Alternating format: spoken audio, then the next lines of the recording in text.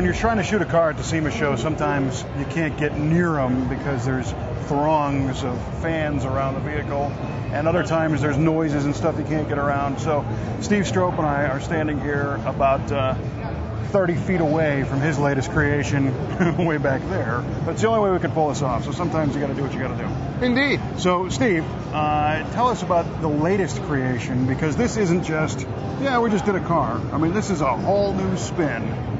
Yeah, it's actually, we were talking before, it's actually an art project almost. The car is called the 515 GTB, and I actually created an imaginary owner that kind of sets the stage of why the car looks the way the car does. American gentleman, for whatever reason, is living in Europe, works on European race cars for a living, had a new 69 Dodge Charger shipped over, but his surroundings, all the parts and pieces available, all the race cars he works on are a certain way, mainly Ferrari, Lotus, Lola, Jag.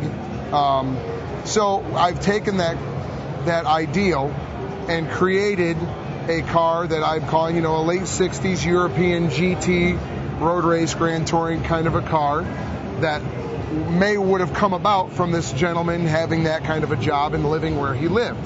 And as a mechanic or a race car, prep guy, crew chief, whatever he's going to be, and he's got his 69 Charger, and he's thinking, there's a few things I want to do to this car, but there's no Mopar Performance store on the block. There is nothing else there. But I have this huge bin of Ferrari parts.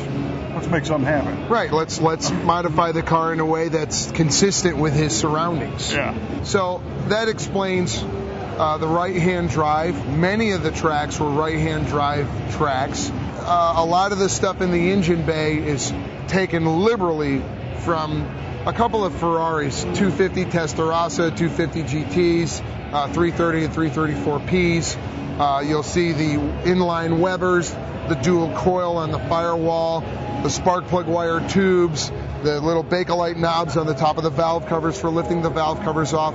All of those are taken from the Ferrari marquee, whereas the wheels are direct pull from a 69 Lola T70. So you've got this killer unique look, and the European race car feel goes into the stance, color, and paint scheme. Very much so. That asymmetrical stripe, seen it on a bunch of probably Jaguars. That's more English than. Yes. And same with the open exposed glove box with the fuses in it. Oh, right. Heaviest hand on this car is towards the Ferrari marquee. Yeah. But there's other stuff all around it that we kind of took from my different reference books. And I grew up near Watkins Glen Raceway, so I saw a lot of the European cars and a lot of stuff. That kind of explains why Hammer and GTXR and all those other cars I've done have that heavy European influence. I was around that as much as I was the good old American version of racing. Yeah, and now you just kind of smashed the two together. Yeah, and it's, it was a weird, I felt confident about it, but people had expressed, this is going to be a hard sell. You're taking an extremely iconic, completely masculine designed car. The Dodge Charger isn't anything but a masculine designed muscle car for one purpose and one purpose only. So to mend that with an Italian-based theme, which is always very feministic, very an eye on art as much, form and function, is a hard sell. And it appears that it's going over very, very well, and that it's been very well received, and that makes me feel very, very good that people have grabbed onto it and enjoyed it. Well, and hopefully, people can see this and hear the story from you, and now it's going to make sense.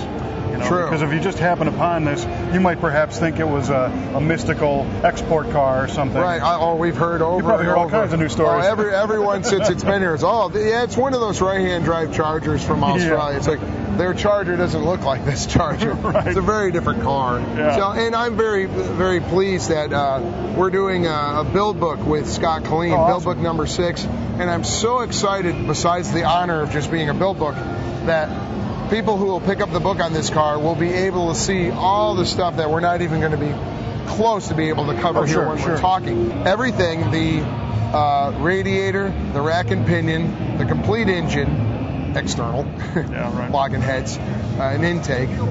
The bell housing, flywheel, transmission case, drive shaft, third member, and the gas tank are all aluminum. Wow. And calipers.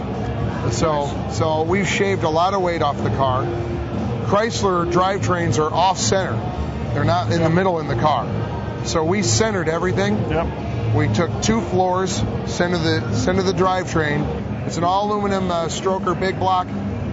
We've called it the 515 because, well, to be honest, that rolls off the tongue very pleasantly. Sure. I like it. Technically, the motor's 500 and I think about 526 or so, right around there.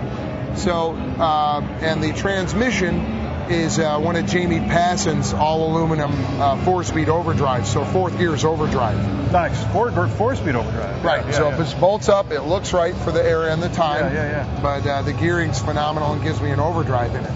Now the induction, the intake manifold is actually an old Offenhauser manifold that was a real low, and it had it looks like 3 little 2 barrels, like little Strombergs or something. Yeah. They're just rectangle pads.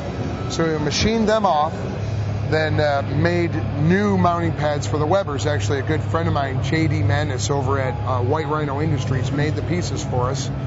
And we got 3 Weber IDA 48s, which everybody told us wouldn't work at all. Sure. And by the way, for all you non-believers, we set the timing ahead of time to 18 degrees, pushed the start button, and 800 RPM idling. and it sounds like a big Ferrari.